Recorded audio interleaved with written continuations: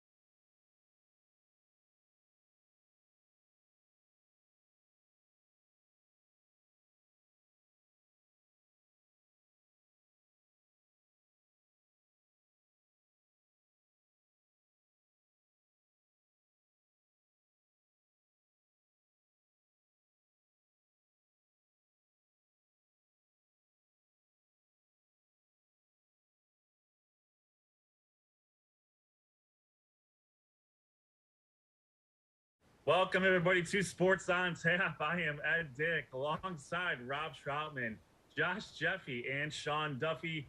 We are Sports on Tap. You are watching us live on YouTube, Sports on Tap. Make sure you go to our YouTube page, smash that subscription, get those notifications. You will get notifications every time we come on and talk about high school sports or really anything we decide to talk about at that point in time. Make sure you check out our website, sportsontappodcast.com. That's going to give you all the latest about all the conferences that we cover, the schedules, the scores, the stats. We cover the Great Lakes Conference, the Greater Cleveland Conference, the Suburban League, and the Southwestern Conference. You can also hit us up on Twitter at SOT Podcast. When we go cover live games, you will get all the updates live through our Twitter handle at SOT Podcast. Make sure you also follow us on Facebook as well. Our sponsors, we have 5 great sponsors. First, GVArtwork.com, GV Artwork. Use the promo code ONTAP10 to get 10% off of your order. You may have seen all the cool shirts that they make for the local Cleveland teams. So make sure you use our promo code to get a little bit discount on that. G&G Fitness Equipment, that is there at www.livefit.com. They sponsor our Player of the Week contests every week. They are at Twitter at G&G Fitness EQ. RRT Productions, we shoot, we edit, you win. RRT Productions can shoot video of your event, game, or special occasion. Visit our website, www.rrt-productions.com, to contact us today. Ray Felton, State Farm Insurance, out of beautiful Hudson, Ohio. You can reach him at 234-284-2996. Raven Felton State Farm, they always put the customer needs first. Call for a quick quote to get the discounts you deserve and the coverage you are looking for. And last and certainly not least, Bandwagon Fantasy Sports. You think you know college football better than us? Make sure you join our free league on the Bandwagon Sports Fantasy app to find out. They are also at bandwagonfantasysports.com. Bandwagon is the only simple, engaging, and competitive fantasy sports platform focused on teams rather than individual players. Our league name is Sports on Tap, CFB 2022, passcode SOT for Sports on Tap. Basically how it works is you get $36 to use on 8 teams. Every game your team wins gives you points in the standings, and you do get extra credit for road wins. You can add and drop teams up to 25 times at any point during the season. After week 6, all the standings update and the point values adjust along with the teams. So there's no subjective ratings after week 6. It's up to you to figure out whose bandwagon you want to jump on or jump off through the course of the season. Remember, jumping on a team before they get hot gives you a huge advantage. Bandwagon Fantasy Sports, not daily, not traditional, just teams, just win. We are going to be joined later tonight by Avon wide receiver Ethan Holbrook. He had a massive game against Olmsted Falls this past week in one of our featured games of the week. That was covered by Sean Duffy.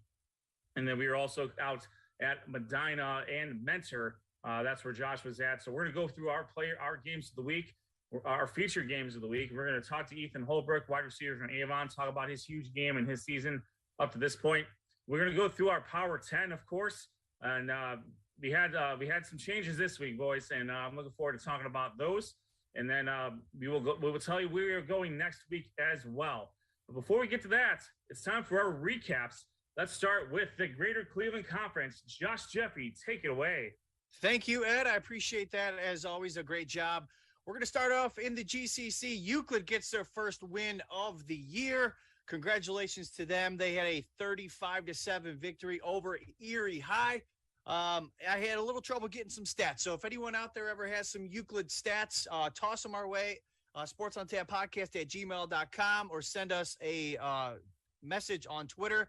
I did get one, though. This is one of Matt Gould's game balls in the Cleveland.com. Jamal Jefferson, the wide receiver, the junior wide receiver, had 148 yards and a touchdown in this one. He also added a one interception on defense. So congratulations to the Euclid Panthers for notching their first victory on the year.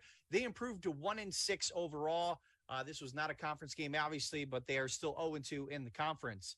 Austintown Fitch went into Strongsville and laid the wood down. This was actually kind of a close game at first, but then Strongsville could not muster any offense in this one. This is Strongsville's fourth loss in a row. They fall to Austintown Fitch 35-3.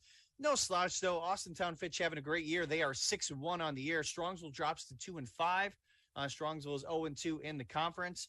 Austintown Fitch was up 7-0 after the first quarter, 14-3 at half, and they just went on to roll to a 35-3 victory. Again, not many stats, so if you got Strongsville stats out there, send them our way, sportsontap@gmail.com. Now, one thing I was looking at Strongsville, which is kind of, I think kind of unique, maybe a coincidence, is that they would have like the first game of the year, they got shut out by Avon Lake. Then they went on a run of scoring over 20 points.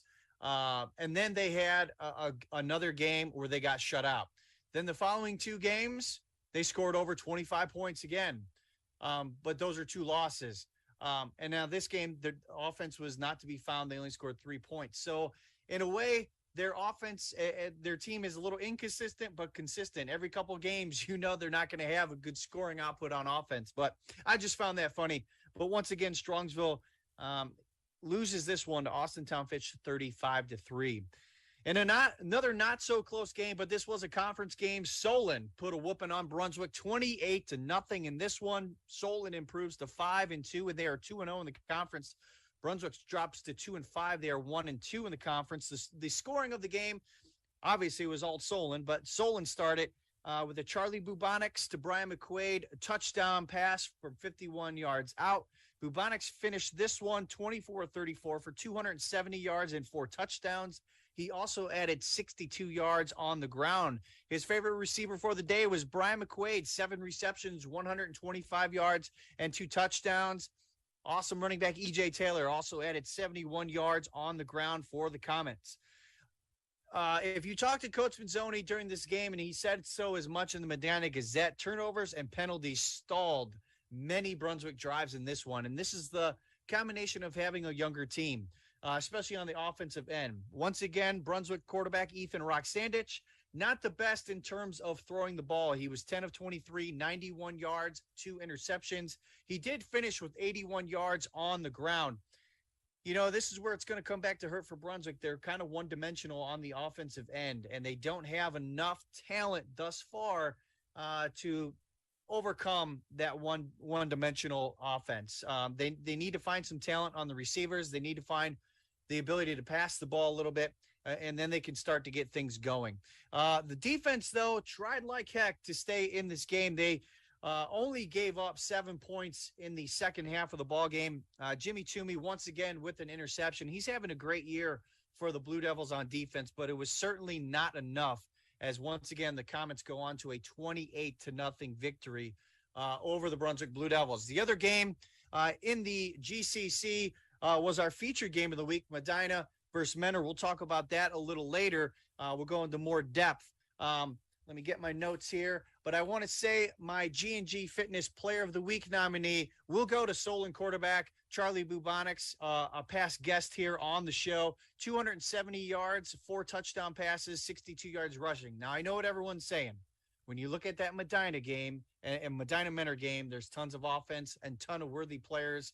I grant you that. But I wanted to give some props to Charlie Bubonics because Solon is having a really great year, and it's a little under the radar if you want my opinion on that. So I want to give some credit to Charlie Bubonics from the Solon Comets. He is my week 6 G&G Fitness Player of the Week nominee, or week 7. I'm sorry, week 7. I'm getting confused. So the next week's schedule, it's all Greater Cleveland Conference. It's going to be awesome. Solon will travel to Mentor. Brunswick will travel to Medina, and then Strongsville will travel to Euclid. So in record time, the week 7 Greater Cleveland Conference recap is complete. Dick, back to you.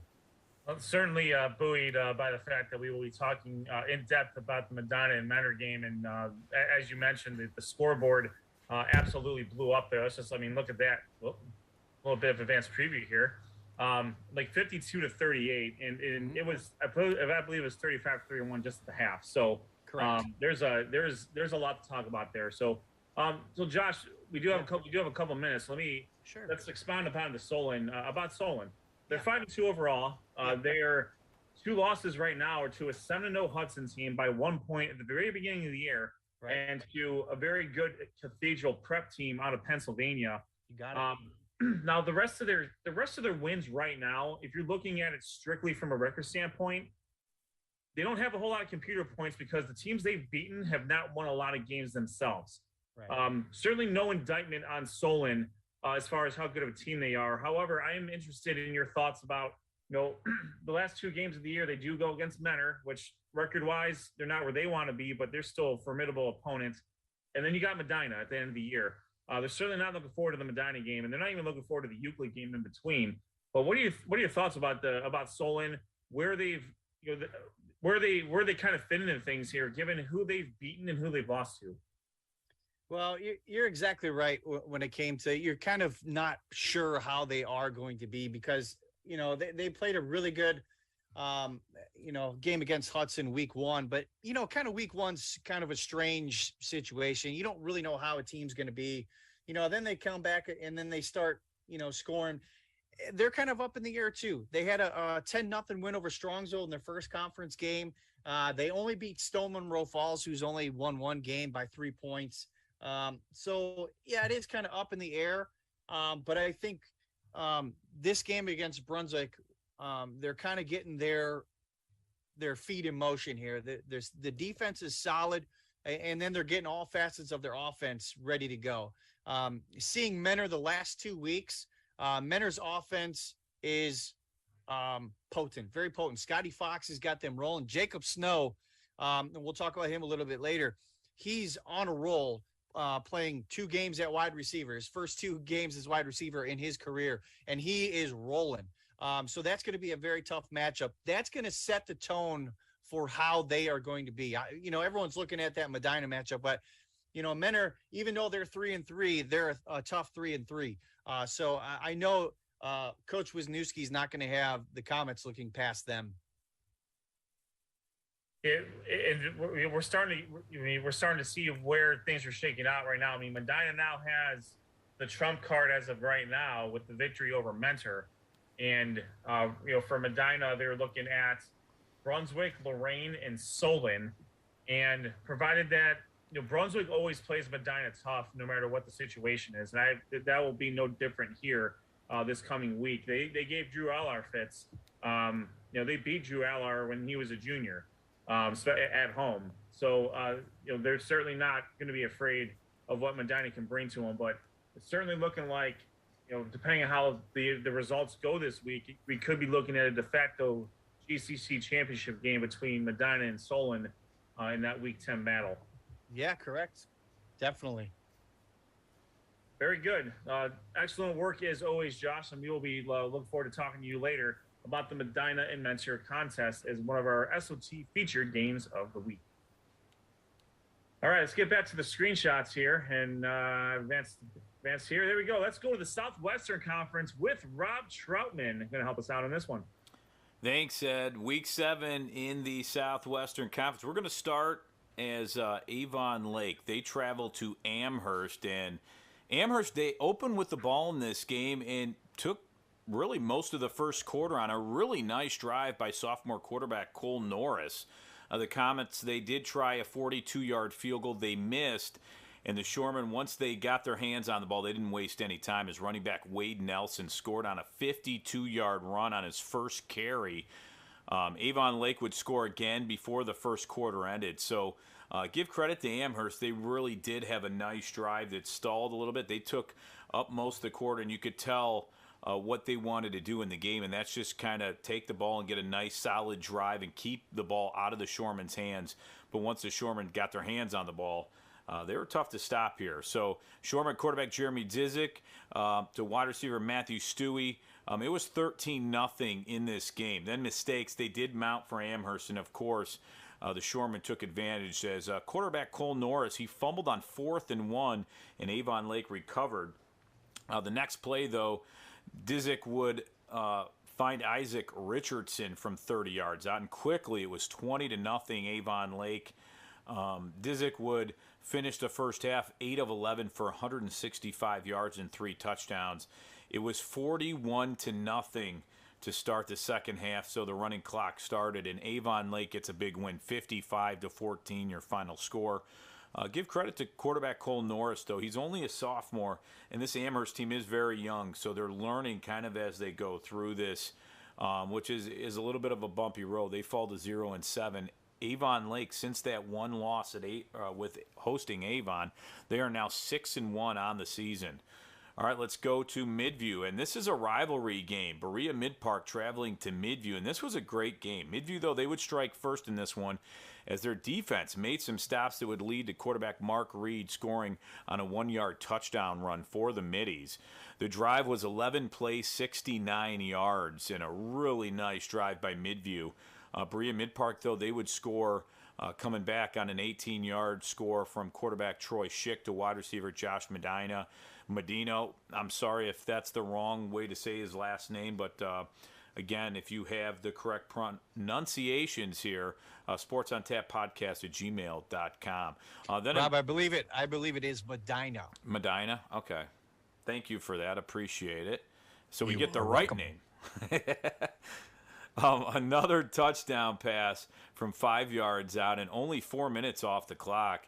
Quarterback Mark Reed and the Middies, they would answer as he connected with one of his favorite targets, Mason Kucera, on a 62-yard strike. And Mark Reed, though, had to leave this game, and not sure if, obviously it was an injury of some sort, but they had to call their backup senior quarterback, Ethan Bytel, who would come in. And, it was tough running the rest of the way for the Middies, but meanwhile, the Titans offense, they're clicking pretty much on all cylinders. Troy Schick, 15 of 26, 324 yards, 5 touchdowns on the night. Berea Mid-Park, they get away with a 38-21 win. They improved to 4-3 on the season. Midview falls to 2-5. Elyria at North Ridgeville, and I thought this was going to be a really good game, but the Pioneers in this one, they meant business from the get-go. They jumped out to a 42-0 halftime lead in this game, and give credit to the Pioneers. They scored in all kinds of different ways in this game. Running back Lance Glover, he scored 2 touchdowns in the game. Running back Jaden Gilbert scored 2 touchdowns. Jazeer Lucky, he would score after a fumbled kick return by the Rangers, and Cameron Edwards would get a pick 6 on a 78-yard interception. So 4 turnovers by the Rangers, and all were converted into points. The lone highlight for North Ridgeville was a Steinmetz 42-yard touchdown run. And it's Elyria winning big in this one, 42-6. They improved to 3-4 as North Ridgeville now falls to 4-3. Avon at Olmsted Falls, that was our featured game, and we'll get into that later on in the show as Sean Duffy covered that game. And what a high-scoring game this was. A fun game, I'm sure, to be a part of. Is Sean's fingers, I'm sure, hurt from all the highlights in this one. But we will cover this game later on in the show. So I would say that I attempted to cover this game. It was very, very difficult. Anytime you get high-scoring games, you try to keep up. And if it's only one play, you're in trouble. That's all I'm going to say. But my G&G Fitness SWC Player of the Week, it goes to Avon wide receiver Ethan Holbrook. He caught 10 balls for 210 yards and 5 touchdowns in a huge win over Olmsted Falls, and that kind of gave it away a little bit there. But, he had a huge. I'll tell you what, big numbers really on all fronts, including on Olmsted Falls that we'll get to as well. But, I didn't give it to anybody. I know Jacorian Caffey was up for it. DeTilio, another great game by him. But Ethan Holbrook, what an important part of that team, and did very well. So our Week 8 schedule in the Southwestern Conference goes like this. Berea Mid-Park, 4-3. They travel to Avon, and that's going to be a pretty big game as Avon 6-1 on the season. Avon Lake 6-1. They take on Elyria at 3-4. Midview 2-5. They travel to North Ridgeville. That should be a very good game. Let's see how North Ridgeville rebounds as they are again at home. They're 4-3 on the season. And 0-7 Amherst, they travel to Olmsted Falls. So Olmsted Falls at 5-2 and looking to take on an Amherst team that's got to be hungry for their first win of the season. But no easy games in the Southwestern Conference. So looking forward to talking with Sean a little bit later about our feature game, some of the highlights of that one at Olmsted Falls. And that's it for the Southwestern Conference. Let's kick it back to the host of the Sports on Tap High School Football, Ed Dick. Thank you, Rob. A tremendous job, as always, our technical director of Sports on Tap, preceded by our EVP of social media, Josh Jeffy. So, Rob, as we've talked about in the past, and we've seen this settle out, and it's been this way the last couple of years. Avon Lake, and Olmsted Falls, and Berea Mid Park, last year, made some noise as well as far as the last game of the year, as far as bidding in championship contention. But right now they only have one loss in conference play. But right now you have those three teams have really set themselves apart, and I'm really only saying that because one, Avon Lake does have a victory over Berea Mid Park, and two, when they play other teams in the conference, the scores are not that close. So now we're looking at, now they're going to be playing. They're facing off against each other. How do you see this? How do you see the rest of this year playing out? And from the Berea Mid Park side too, they played Avon Lake very tough. So they're definitely not going to be afraid of the teams that they are going to be playing, especially Avon. But where do they fit into this as well? Well, Berea Mid Park, they need to continue to win, and it is going to be tough, especially going to Avon. But you're right, Ed. It's always, Avon, they have one loss, but that's to a Glenville team. Last year, Avon Lake was able to surprise Avon and get a win. And this year, and in past years, Avon Lake has lost to Avon, and they have recovered, and then they haven't. This year so far, I think we've seen a little different team from them. They're 6-1. Their loss coming to Avon, but they've had some pretty big wins, and it's been pretty impressive. It hasn't really been too close. Where last year, a good Midview team came in and surprised them when they were a little bit down. This year, they seem pretty focused at hand, and Coach Kostelnik keeping them really focused and on the winning trail.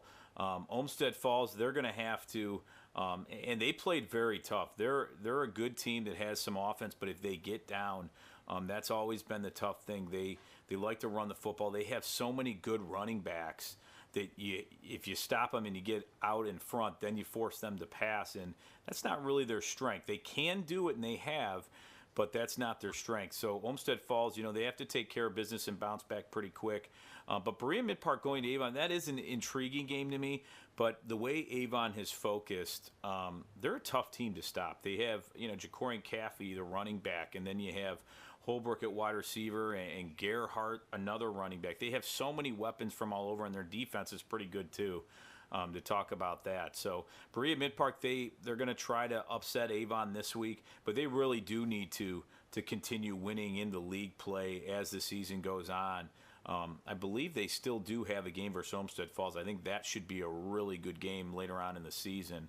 But we'll see what happens with Berea Mid Park. They have to stay focused, and right now Avon is in the lead, and we'll see what happens. But they have to really struggle, I think, to lose it because they're just fundamentally sound. Coach Elder has them playing at a high level, and it's basically between Avon Lake, Olmsted Falls, and maybe throw in Berea Mid Park if they can continue to win in the SWC. And Berea Mid Park does have, their three losses are to an undefeated Highland team, Avon Lake, who's 6-1, and Nordonia, which started out the year 5-0 before taking a couple of L's more recently. Spoiler alert for those of you paying attention, kind of coming up.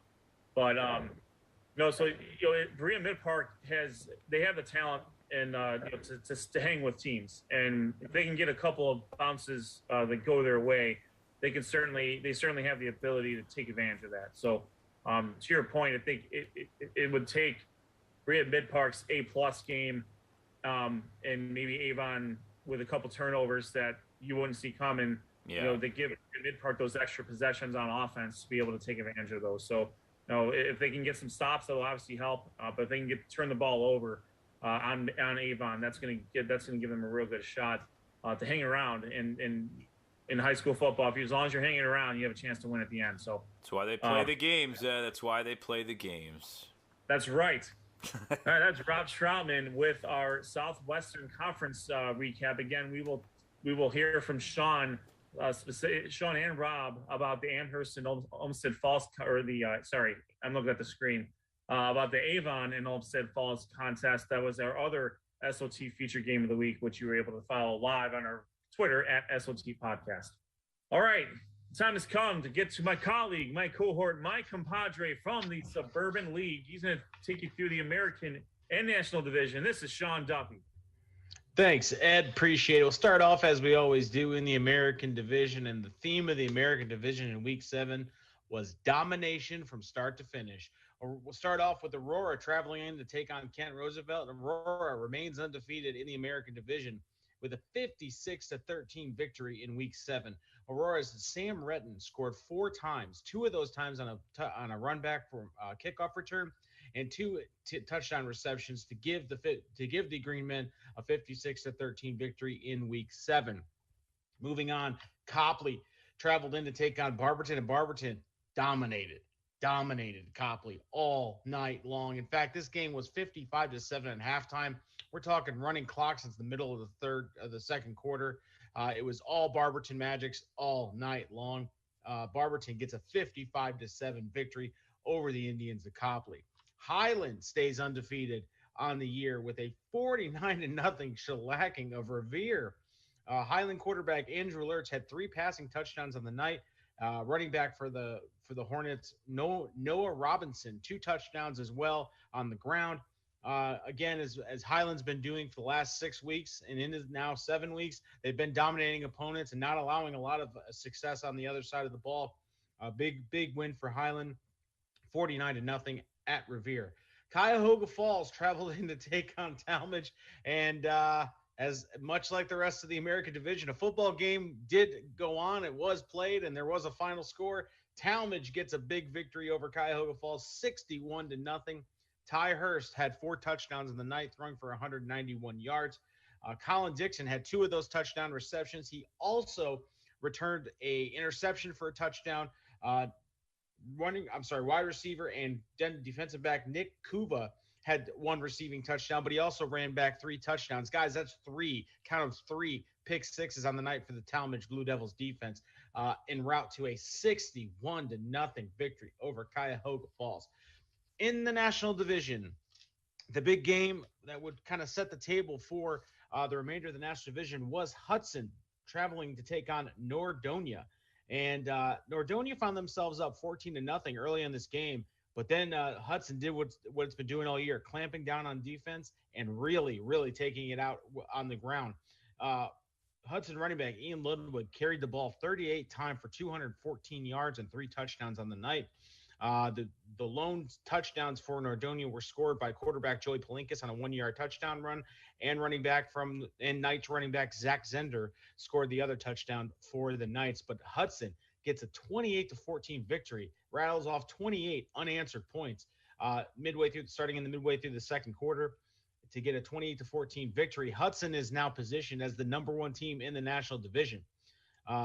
Elsewhere in the National Division, the closest game that I've had on my resume all year, or on my resume all week, has been Twinsburg. Traveled in to take on North Royalton, and No Row Nation gets a big win over visiting Twinsburg, 25-24.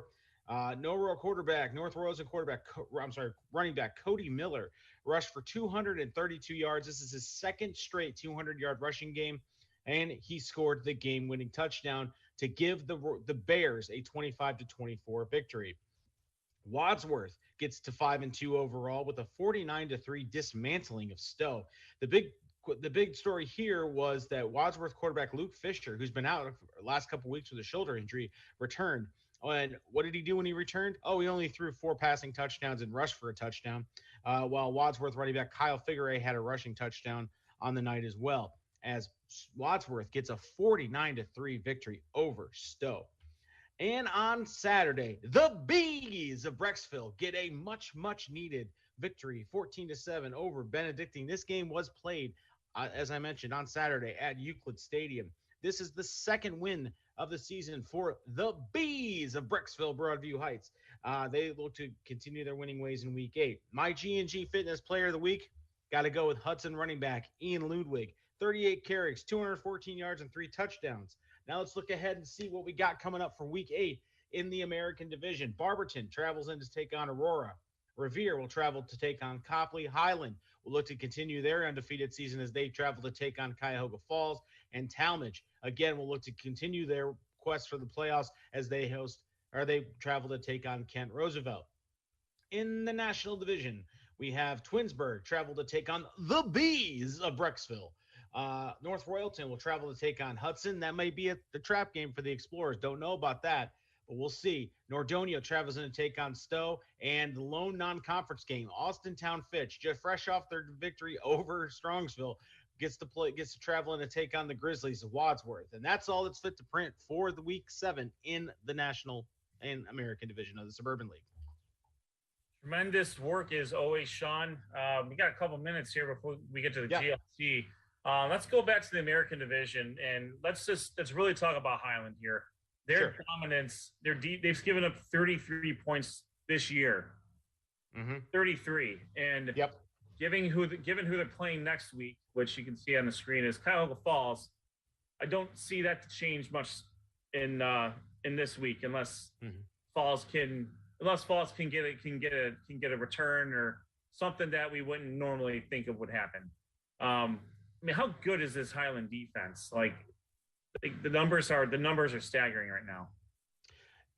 And I'm looking at the same numbers you are, and I think if we were to go back and ask this question and tell Coach Gibbons when we had him on the show early on in the year that you've only given him 33 points through Week 7, he would probably be as ecstatic as he probably is right now. This is a historically good defense right now for Highland. They're playing at a clip that I don't think anybody, whether it's the National Division, whether it's the GCC, whether it's the Southwestern Conference or the GLC, really, I don't know. Outside of maybe an Aurora, an Avon, maybe a Medina, the Airbees may have an opportunity against them. But Highland is just very well coached. And it was made very plain to me when I saw how well they controlled a high, potent offense in Talmadge. Since that Highland game, Talmadge has basically averaged 42 points a game. But in that game alone, Highland was able to really clamp down on the receivers, put a lot of pressure on the quarterback and Ty Hurst and make him make mistakes that he's not normally known for making. Obviously, you're right. Cuyahoga Falls is not the world beater. But again, as Rob mentioned in the last segment, that's why they play the game, right? That's what you got to go into Cuyahoga Falls. You got to take care of business. Trap game in the American Division may be that Barberton Aurora game. I look at that team. Is Aurora looking ahead because they play Highland not this week, but next week in Week 9? Are they looking ahead to that de facto American Division championship game? Can Barberton catch them sleeping? That's a storyline to keep an eye on this week because Barberton's coming off a pretty healthy win at 55-7 over Copley. They want to play spoiler here. They want to, and those computer points for Aurora are big for them. That gets them in there. So we'll see. Flipping over to the National Division, I think Hudson's pretty much, set in. Barring some sort of craziness in the next 2 weeks, I think this is Hudson's division to lose. But again, I look at a team like a Wadsworth. They got their quarterback back this week. He played very well. I think, another team like a Nordonia, they're looking to get into playoff position. They may be out for the division, out of the conference, conversation. But Nordonia is still a tough out in their region, and I think they're a tough team to play right now. They're playing good defense. Joey Palinkas is a good quarterback. They got Zach Zender running the ball. Their defense plays really well. They've gotten snake bit, but the teams they've lost to are good teams. It's not like they're getting beat by teams that with 1 or 2 losses. They're getting beat by teams that are consistently in our Power 10 week in, week out. Agreed, Sean. Agreed. And Hudson, their biggest challenge is probably next week with North Royalton. North Royalton has played very competitively over the course of the year. They have 4 wins. Their losses right now are to Highland, a historically great defensive team right now. Nordonia, which was, a little bit of a lopsided score. And Akron East, which has been the class of the Akron City series for quite a while. So I mean, it's not like North Royalton is. They're not a pushover. They're going to have to play a good game to get past North Royalton. Again, this will be a situation where North Royalton will probably need to play an A+ game and need some things to go their way from the Hudson end to help them out a little bit. But we've seen weirder things in these games. So we'll definitely look out to see what Highland can do against Cuyahoga Falls. See if they continue that shutout streak there. They have now shut out their opponents in 3 consecutive games. I think it's 4 out of the last 6, something insane like that. And we'll see if they can keep that going into week 8. All right, Ed, I need to know what's going on in the GLC, because we've talked about this, all the other conferences, but let's get to the nitty gritty. Let's talk about the Great Lakes Conference. Ed, take it away. Let us know what's going on. All right, thank you, Sean. As the PowerPoint presentation, as you are seeing your screen, was put together by our very own Sean Duffy, as always. And we'll start with Buckeye and Normandy. A game was played, unfortunately, for the Normandy side. Buckeye blew the Invaders out. They keep their perfect conference record intact at 3-0 overall in the conference. Buckeye gets a 42-7 victory. The exploits of Troy McCann and Casey Murray were certainly out and about this time around. The defense, held Elijah Gray and the Invaders pretty efficiently here. And Buckeye with the win. They moved to 6-1 overall. They are 3-0 in conference play. Right now, they are number 2 in Division III, Region 10. Certainly looking to host a playoff game, maybe 2 in the playoffs. Normandy falls to 4-3 overall. They are 1-2 in conference play. They are right now still in at number 15 in Division II, Region 6, but they're hanging on by a thread. Rob, hey, Rob, just so you know, that was the Buckeye recap, just so you are aware of that. Thank you. Rob, we did the Buckeye recap, bud. Paying attention. Buckeye recap's been done. The Buckeye recap brought to you by RT Productions. We shoot, we edit, you win. For those of you who may forget that it has happened. That is a long time running joke for those of you who have been watching this for the last 5 or so years. Moving on, Lakewood took on Parma, and Parma put up a pretty good fight in this game, but for Lakewood, it was quarterback Alex Simons. He completed 12 of 17 passing for 260 yards. He had 4 touchdowns, a couple picks, but he also rushed 10 more times for 115 yards and 2 more touchdowns. He had his hand in 6 touchdowns in this contest. Lakewood sophomore wide receiver Jalen Chappell caught 7 passes for 200 yards and 2 touchdowns. He is a sophomore, folks. And Mason Vinskis caught 3 passes for 60 yards and 2 more touchdowns. Lakewood junior defensive end Aiden Maxwell had 2 sacks. Lakewood outgained Parma by a total of 433 yards to 313. Lakewood gets a 36-24 victory. The Rangers over the Redmen. With the win, Lakewood improves to 3-4 overall, 1-2 in conference play. They are on the outside looking in Division II, Region 6, sitting at number 18. Parma falls to 0-7 overall, 0-3 in the conference. They are tied for 26th in Division II, Region 6. Holy Name took on Valley Forge in a very, very tough contest between a public and a private Parma school. And for Holy Name, it was senior quarterback Javon Williams. He had 15 rushes for 120 yards and 2 touchdowns. Christian Sanchez, his running mate, had 13 rushes for 78 yards and a touchdown. The Green Wave pulled off Patriots by a score of 21-14, a hard-fought battle, to be sure.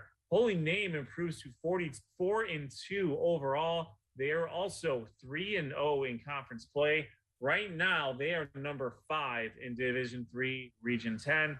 Valley Forge drops to 4-3 overall. They are 1-2 in conference play. They are number 11 in Division II, Region 6, which means they would make the playoffs and would be on the road. Shifting over to the West Division, it was North Olmsted. It took on Bay, and goodness gracious, the Xavier Balshin show was quite large, as it always is. Xavier Balshin counts for 5 touchdowns overall. He had 2 rushing and 3 passing touchdowns. 2 of those touchdowns went to Colin Willard. Another one went to Jared Kelly. former Jared Kelly had 150 yards rushing and a touchdown as well. Colin Willard also had a pick six. So you can choose any one of the three North Olmsted Eagles to be player of the week. Balson and Kelly can be player of the week every single week if I decided that would be the case. But we got to spread the love a little bit. And North Olmsted with a 49-7 victory over Bay. North Olmsted moves to 5-2 overall. They are 3-0 in conference play. They have moved into hosting position. They are number 7 in Division II, Region 6. Bay Village falls to 3-4 overall. They are 1-2 in conference play. They are 13 in Division III, Region 10. They would still make the playoffs right now. Rocky River took on Fairview, and for Rocky River, 2 running backs hit the 100-yard mark. Zach Wilson had 103 yards on 15 rushes. Nick DeSalvo had 100 yards on 5 rushes, and he also added a touchdown. Rocky River quarterback Julian Patty passed and rushed for a touchdown. And Charlie Fidel recovered a fumble for a touchdown. The Pirates get a 35-7 victory over Fairview. Rocky River starting to round in a little bit of form here after a rough non-conference start to the season. They're starting to pick up their stride a little bit here. Rocky River moves to 3-4 overall, 2-1 in conference play. They are 14th in Division III, Region 10. Fairview drops to 1-6 overall. They were 0-3 in conference play. They are number 25 in Division 5, Region 17.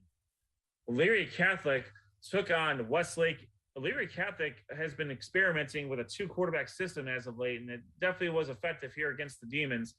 Senior quarterback Brady Cook completed 8 of 12 passes for 154 yards and a touchdown, while junior quarterback Hector Garcia completed 5 of 14 passes for 81 yards, 2 touchdowns and a pick.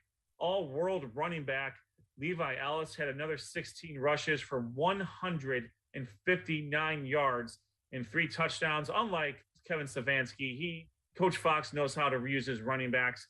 Ellis is now second all-time in Elyria Catholic history, all-time rushing. He just passed Brian Thomas's 4,083 rushing yards. It's going to be a little tough for him to get to the top mark. But if Coach Fox deems it necessary, I think he might be able to get 700-some yards in the next 3 games. Colin Gimley for Elyria Catholic also caught 4 passes for 52 yards and 2 touchdowns, 28 yards and a touch. Travis Merrill had 15 tackles, including 3 for a loss. Elyria Catholic 42, Westlake 13. Elyria Catholic is 6-1 overall, 3-0 conference play. They are number 5 in Division 4, Region 14.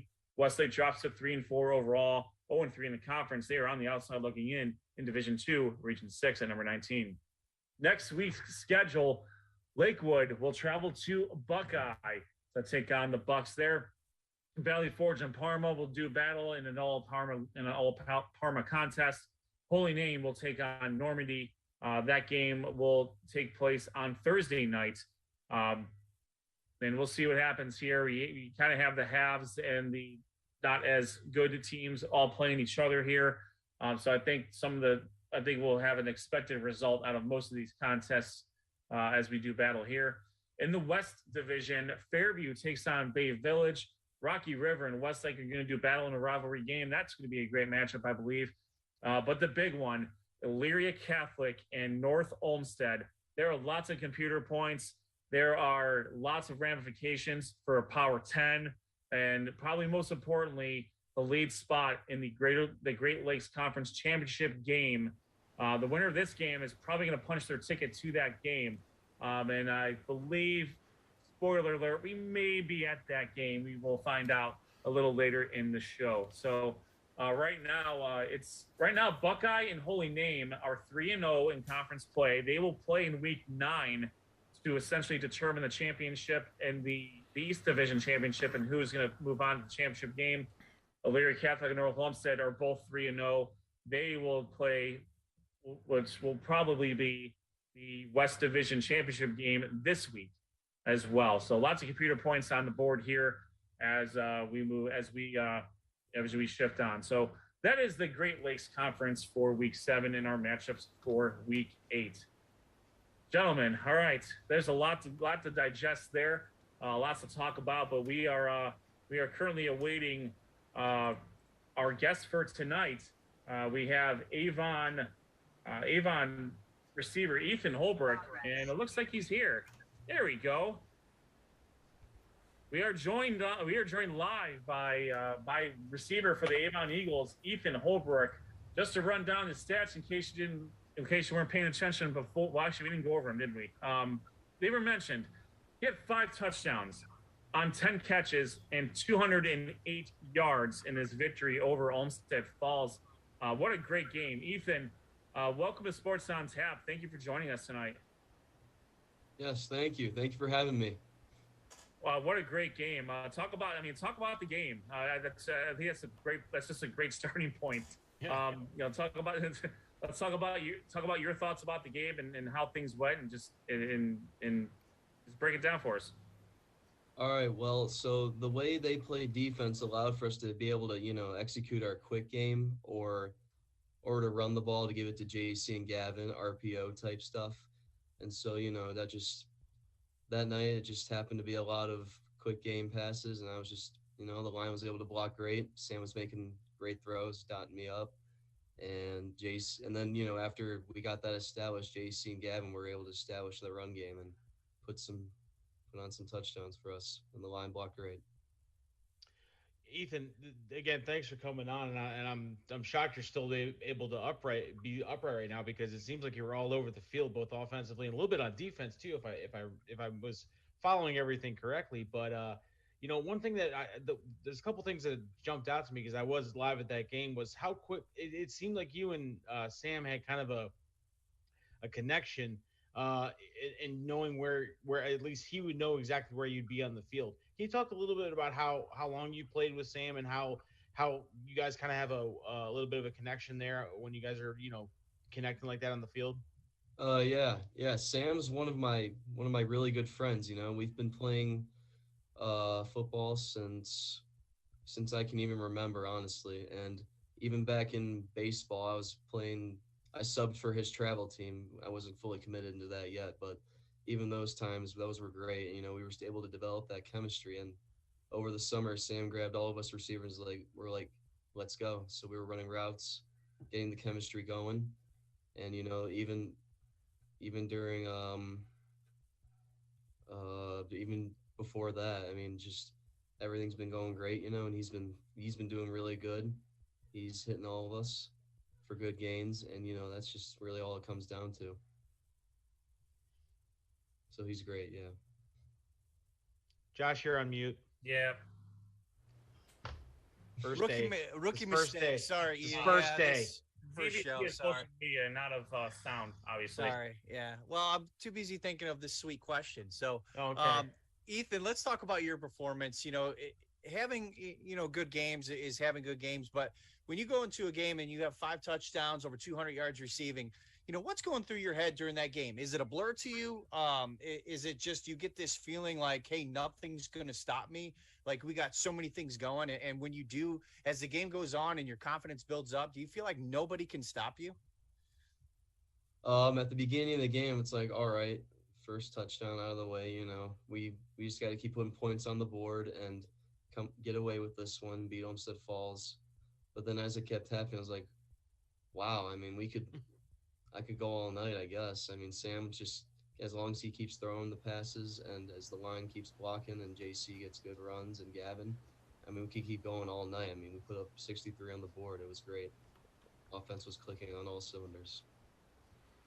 Yeah, Ethan, a great game versus Olmsted Falls. Congratulations on the win. And you guys have just continually, each year it seems like you continually get better and better.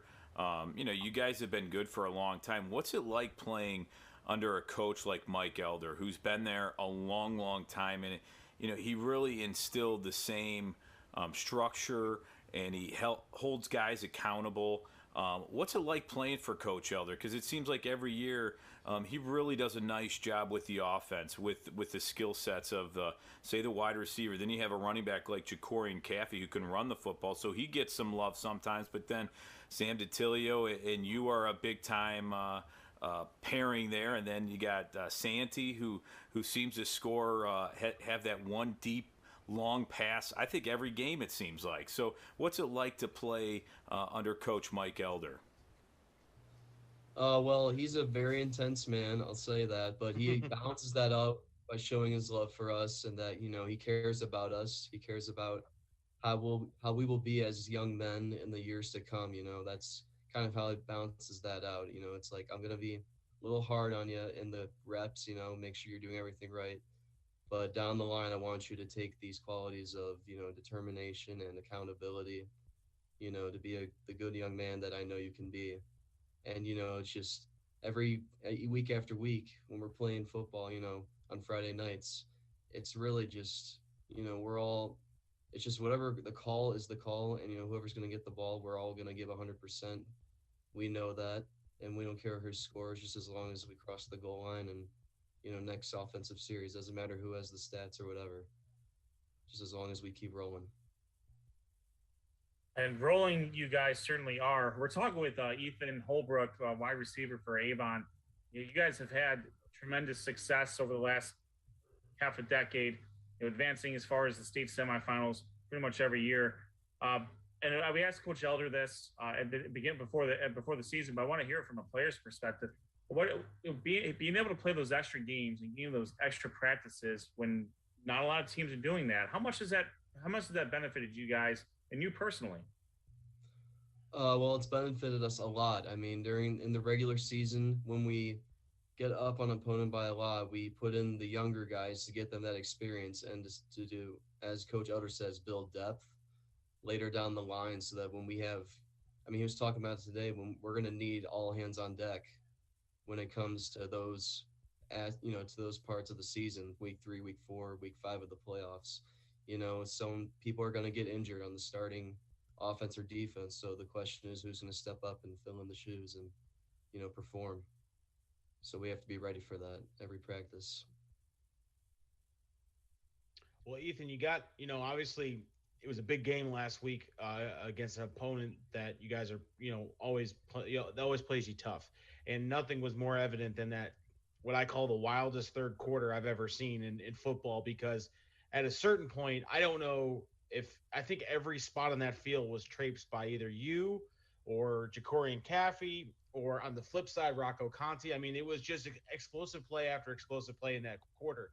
What was said on the sideline from your position coach, your offensive coordinator, to kind of say, hey, they're not going away. We got to keep the hammer down. We got to keep going forward. What was something that you guys were preaching as leaders to the team, to the younger guys, like, hey, this team's not out yet? Is that something that you and Sam and your leaders on that team have to kind of gather everyone and say, hey, we're not out of this yet. This is the third quarter. We got to keep going, and then kind of flip the script to keep that pedal down? Yeah. In the second half, a lot of the younger guys, and I love them, they were congratulating me. And I was like, yeah, that's great. But like, Olmsted Falls is still, creeping their way back into this game. And we have to keep scoring on offense. We have to keep going. We have to play the full 4 quarters till the time. Yeah. So, and Olmsted Falls is a great team. That's a team where you're going to have to do that. You're going to have to kill them to beat them, because they play the full 4. Ethan, kind of talk about your season. You've been involved, you and your team has been involved in some great games. Last week's game, your game against your rival, the school up north, Avon Lake, for you. But the game, talking about Medina that Rob was at earlier in the year, those are some fun games. Just talk about, from being an offensive player, what it's like being in those games where you got to go back and forth, you got to be ready to go. There's no, like kind of Sean mentioned, there's no taking that foot off the pedal. What's it like being a key component in that offense? It's really fun, because when you see the other offense put up points, and it's like, all right, that's a challenge. We have to come back and match their intensity and put up points on our side. Medina was a great example of that. Just of that. They was 43-42. We won by 1, and it came down to the last play on a 2-point conversion. So it was great, going back and forth, going up and down the field and scoring, and it was really entertaining. But we do not shoot for being in those types of situations. So, but. Is that where you mentioned Coach Elder's intensity? Is that a good example of how his intensity goes on to you guys to stay in that moment and keep it going? Because you never know what can happen in these type of games. Yeah, we do not want to let Coach Elder down. I mean, you can see the competitive edge in him. And I think that rubs off on us greatly. We have that edge too. So when we're playing, it's every snap is for us, but it's also for him, to show him that we can run these plays, we can do this, and then later down the line we can build upon that and incorporate more into the offense and defense with that trust that builds. Yeah, now you guys play a Berea Mid-Park team that comes to Avon, and you guys at home are always tough. You have your student section, which I know versus Medina was absolutely insane.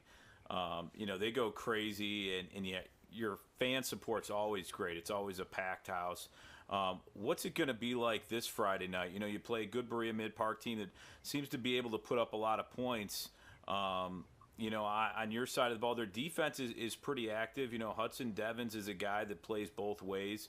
What do you know about Berea Mid-Park without, obviously, don't give anything away, but, what are you looking forward to in playing this Berea Mid-Park team?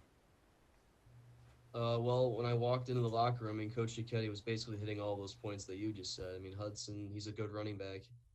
He puts up a lot of yards. He can score touchdowns. He's a good player. And he's kind of one of the key guys that we want to key on and make sure that, that is not what happens on Friday, that he does not record those same high numbers that he usually is capable of doing. And, he was talking about the other players. They have some good-sized, receivers. The receivers are pretty tall. And I think they have, don't quote me on this, but I think they had a D-end going to West Virginia maybe. But, yeah, I just know he's a really good defensive end, so we're going to have to key him on offense. But, yeah, I think he plays tight end, so, yeah, but that's a guy we have to key on defense as well. They're a good team. All right. Well, go ahead. Well, Ethan, I was just going to – please, okay. have at it. No, I was just going to ask Ethan, switching over to kind of your personal story and things that are going on for you. Outside of football, are there any sports or any activities that you're involved in that, you play for Avon or outside of Avon? Yeah, I play baseball for Avon. That's fun. Coach Scholl is a great guy, That's a great program for us, I love playing with those guys. And then right now, it's a new thing we started. Me and a lot of the seniors are in a Big Brother program, which is where, it's mostly kids from smaller schools like Avon East or Heritage Elementary, and we're paired with these younger kids who want to be mentored by us or just need someone to hang out with. And so my guy is Luke and Tuck. Shout out to you, little man. And all right, we hang out with them 20, 30 minutes every once a day every week. We try to do it once a day every week, and we just talk to them, hang out with them, play games with them. It's a fun experience, and I hope to leave a legacy for them. That's awesome. Yeah, that's very cool. I don't know too many schools really that do that, but I'm sure all those kids look up to you guys, and especially the tradition at Avon, like I said, with the fans and the students and taking those kids under their wing. That's probably the bright spot of their week that they look forward to. So kudos to you guys and Coach L. You guys do a great job with that and with the youth programs and program overall. So that's pretty cool. Thank you. I understand you also play defense as well. So how is it with some of these games as of late? You're playing defense, and especially against Olmsted Falls, they were matching you for a while. So how was it flipping the switch from playing defense of going back on offense and vice versa? Well, playing defense is something that I've finally been able to do for the first time this year. I haven't played a lot of it throughout my high school career, and they switched me to corner because it's an easier responsibility for me. And I've been able to, fill in the role. In Lake, it was fun going against Matthew Stewie, who is probably has one of the best hands in Ohio. He's a tall kid, and he can out-physical corners, and so going against him was cool. And Medina is a really good group of receivers, so going against them was interesting too. And I did not actually get to play in Olmsted Falls, and I'm kind of happy because it would have been hard to defend their run, but then also look for their wheel routes they run for pass. But yeah. It was a good. It sounded like it looked like it was a good move on Coach Elder's part to leave you on the offensive end with 5 touchdowns and over 200 yards to your name. You more than made your impact in that contest. Ethan, we want to thank you for joining us. Congratulations on a great game and a great season up to this point. Good luck against Berea Mid Park, and hopefully we'll catch up with you at the end of the year. All right, thank you. Yeah, thanks for coming on. We appreciate it. All right, yep, thank you. See you guys. Yeah. That is Avon wide receiver Ethan Holbrook. He had over 200 yards on 10 catches, 5 touchdowns. He was 1 touchdown shy of the state record in a game. And you heard him. He wasn't used on defense, and it was probably it was good because of all the work he was putting on the offensive end. What a great student athlete. The Big Brother program for Avon is something that it's always great to hear stuff like that. When you have football players, they can make such a big impact on a youth's lives. No matter how whatever that impact is, whether they're just watching you on Friday nights or even taking that extra step of spending time with you, that impact is immeasurable. Yeah, and the children of Vandalia were very thankful that they didn't have that program when Sean was in high school, because that just would have been bad news. Wow. We Sean had a was mentor. kind of speechless. We had a youth program. We had a youth night. We went to their games on Saturdays. We did other things. We did not have a mentoring program, which I think is really cool, actually. Yeah, it is. I'm actually really jealous that we didn't have something like that, because that's a great idea, because it's part of your community. Like, a lot of schools have like a community service hours, and I think that's a fantastic way to not only, serve those hours and serve the community, but also, look, that's what Coach Elder does. He builds programs. That program is, even when we had Coach Elder on, he said he spends a lot of his time at the youth football games and the youth football practices, which is huge. It's huge, and that's fantastic. Is it huge? Huge, huge, so huge. But yeah, but for kids who see the guy that they go and watch, on Friday nights have a game like that, to also be the guy, playing a game with you, even if it's for 30 minutes a week or whatever. That's awesome, because now that there's that connection, now you want to be you want to be an Avon Eagle. And that's something that program does so well, is foster youth participation and continue it, not only into like middle school, but middle school and high school and elementary and youth and peewees and flag and, whatever kind of football you got there. It's fantastic. And it really shows up in performances like that. Obviously that performance Friday night, not just by Ethan, but by Sam Titilio and Jacorian Caffey and that defense. And it was a really, really good game, but the score doesn't play that out, because it got really exciting for a long time. But well, let's stick with that, Sean. You were at the game, and that's between you and Rob. Let's talk about that. Let's talk about that game. It was a 63-42 contest. Rocco Conti, we talked to them last week. He knew it was going to be a battle, and he did his. The whole team did their part for Olmsted Falls. He obviously gets a lot of the headlines because of his performance. But let's get into it, guys. Let's talk about the Avon and Olmsted Falls game. Yeah, the thing with this game is that it started off with what I think the game plan was for Olmsted Falls. They wanted to control the clock. They wanted to run the ball. They were able to get up 14-7, right kind of midway through the second quarter. But, then all of a sudden it just seemed like Avon flipped a switch and they were able to score. And they were up 28-14 going into half, and they got the ball to come back in the third quarter. And before you know it was 35-14. And they really did. I cannot speak to this. I cannot tell you this enough. The atmosphere to start that game was palpable. People were, on both sides were very, very nervous, because they weren't sure how Avon was going to come out. They weren't sure if, Olmsted Falls was going to come out and play well. And then, as that game kind of progressed and Avon was imposing their will, at a certain point, it was like, I remember I was on the Olmsted Falls side, and I don't remember who it was, but someone says, we know they're going to throw it to number 5, which is Ethan. Somebody cover him, because he was just, I mean, he would just catch the ball and he would get the rack, and that's the yak, the yards after the catch. It's fantastic. Is that they couldn't bring him down, or he was falling for 5 yards. But what was really interesting was, how Olmsted Falls never was really out of the fight in this game.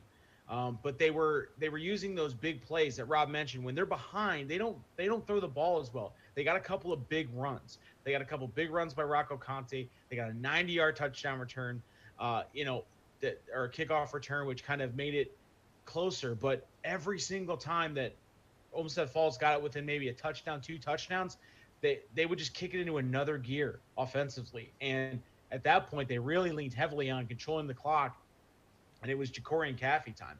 I mean, he had 2 runs in the second half, one for 51 and one for 47. That was, I mean, it was fantastic. And it was really impressive to watch that offense. Never really, I mean, yeah, Olmsted Falls was having success, but it never really rattled them. They were still executing their plan. They never got behind the sticks too much. DeTilio really wasn't pressured at all from a defensive standpoint for Olmsted Falls. The offensive line blocked really well. Whereas on the flip side, you saw it looked like Olmsted Falls was trying to get something going in the passing game. Didn't necessarily have a lot of success early on, and that team is built. And when you're down 3 touchdowns in the third quarter and you're a run offense like that, or a primary run offense, it's difficult to have that. You need to get those quick hit, those big hit plays. They got a couple, but the problem was that their defense had some tough penalties, some unsportsmanlike conduct. I think some things that kind of sank them early in that fourth quarter, that kind of stifled any opportunity for them. But yeah, I mean, this was really a well-played game on both sides. I just think Avon caught a real heater coming into, scoring 28, essentially 21 unanswered to end the first half, opening up with a touchdown to start the second half, and then just every punch they counterpunched to Olmsted Falls in the third quarter. So they came out of it, and at one point I was like, man, this is going to be a 63-51 game. And it ended up being 63-42 in favor of Avon, but it was crazy. It was crazy. And I remarked to Rob on the text, I go, I've missed every single, I normally try to get video, and you can kind of, and Josh, you do this too. You can kind of time it when you're having those runs. But I would be in the process of updating Twitter with what just happened. And then I look up and there's Rocco Conte down the sideline scoring. And I'm like, well, I don't have video of that. I got to check the score to see how far it was. So I did my best to keep up with it, but that was a track meet in the third quarter that at a certain point, I literally threw my hands up and I go, guys, I can only live tweet scores at this point. I can't get any video because it's just quick hit after quick. And on the flip side for Avon too, I mean, like I said, Ja'Cory Caffey had 2 runs of over 50 yards. I mean, those are big hit plays. And then you add on to that what DeTilio and Holbrook were doing. I mean, it wasn't just 10 yards and running. It was 30 yards, 40 yards, 62-yard pass that really laid out and just was there for Avon. So kudos to Avon. It was I've never been to Olmsted Falls for a game. It was really fun. It was a good time, and I enjoyed it. But I'm dying to hear, number one, Josh, the question that I have, and I was going to ask you this, and I'm glad I get to kick it to you. Did you see any Airbees T-shirts at the Menor Medina game? Were there any Airbees signs? Did you get a sash? Was there any sort of acknowledgement of this Airbees phenomenon that you have? No. Okay. But that's okay. There was kind of some in the making. Todd Hockey, I had a couple of moments to talk to him, the athletic director from Medina. They're working on something. They like it, something along the lines of Airbees. So we'll see when it comes time for the playoffs. But I was going to say, did you have any time to talk to people and talk about Airbees with the score the way it was? I mean, Rob, I may not be an expert here on Zoom, but I'm an expert at covering games. We were able to do a lot of stuff. Got to shake some hands from our faithful in Medina that said they love our show. So we, of course, appreciate that. But let's get to this game because it was one of our featured games for a good reason. And just like Sean, your game, this game got off to a very hot start. In fact, it was only 3 minutes into the game, and it was already 7-7. Medina started the scoring with a 26-yard touchdown pass from Danny Stoddard to Austin Knowles. Austin Knowles is an athlete. This kid is going to be really, really good. He had an incredible run, spin move, break and tackle for the touchdown. But Menor answered real quick after that. It was Scotty Fox to Jacob Snow. And like I said, within the first 3 minutes of this game, it was 7-7. After the first quarter, it was 21-14. The first play in the first offensive possession for Medina in the second quarter, Danny Stoddard hit Jack Wochak from about 46 yards to make it 28-14. And it was at that point I'm like, okay, well, Medina's starting to really feel it on the offensive end. So I thought they might be pulling away, but no. Menor did answer back. It was Jordan Stapleton caught a 5-yard pass from Scotty Fox. And then field goal kicker for Menor, Dylan Tackett, added a 37-yard field goal. Jack Wochak, again, from Danny Stoddard later on, 67-yard touchdown pass. But then again, Scotty Fox hit Holden Cerny from 24 yards out to end the first half. And this game ended 35-31 at halftime. Scotty Fox had over 300 yards passing in the first half. Now, one thing that going into the game, we all know about Medina's offense. That's why we call them the Air Bees. One thing that I thought Menor would do, and that would be run the ball with Mitchell Waite. However, they did not. In this game, Menor had a total of 23 rushes as a team for only 17 yards. And we all know what's the best way to keep a high-powered offense off the field is to run the clock and run the ball. And I just thought Menor should have been able to do that a little bit better because, quite frankly, not much is known about the Medina defense. We pretty much talk about is their offense, and for good reason. Their record-breaking offense so far. But with that being said, the defense came to play for Medina in the second half. And I thought going into the halftime, Menor had some of the momentum. So they had the ball on the first drive. They started with the ball. And soon after that drive started, it was the Nunn brothers, Jacob and Nathan. Nathan had the strip sack. Jacob picked up the ball and ran it in for a touchdown. And that was that momentum killer for Medina. The Medina defense was able to hold the Menor offense to only 7 points in the second half. Key interceptions by Jesse Ray and Talon Hulvey in this one. Talon Hulvey's interception came late in the fourth quarter. It pretty much sealed the deal for Medina. Carlos Corchado, he only had 2 receptions for 83 yards and a touchdown, but his one reception went for 70 yards, and that one touchdown at the end of the game really put the game out of hand for the Bees. And they came away with a 52-38 victory in this one. Now, some stats in this game. Hold on. Let me take a drink before I go. Thank you, LaCroix Sparkly Water. 1 second. Oh, they're not even a sponsor, Josh. That's okay. They don't need to be because I do need to lubricate the throat a little bit because Danny Stoddard was 24-42 for 433 yards, 6 touchdowns, 3 interceptions. Brendan Schramm had 11 receptions for 102 yards. Jack Wochak, 7 receptions, 188 yards, and 3 touchdowns. As I mentioned, Carlos Corchado, 2 receptions, 83 yards, and that's 1 touchdown. And then Austin Knowles, 4 receptions, 59 yards, and 2 touchdowns. But like I said, his first touchdown, the touchdown to open up the scoring, was great. For Menor, Scotty Fox, 37 of 55, 511 yards, 5 touchdowns, and 2 key interceptions. Jacob Snow, in only his second game as a wide receiver for the Cardinals, 13 receptions, 172 yards, and a touchdown. Holden Cerny had 7 receptions, 131 yards, and a touchdown. And Mitchell Waite didn't run the ball very well, but he caught the ball. 9 receptions, 107 yards, 1 touchdown. So in this one, we had the Air Bees, and then we could say fly, Cardinals fly, because there was a lot of high-powered offense in this one. And it was just an awesome game. Awesome atmosphere. It was homecoming. Both teams came to play. Both fan bases came to cheer on. Rob, you mentioned Avon student section.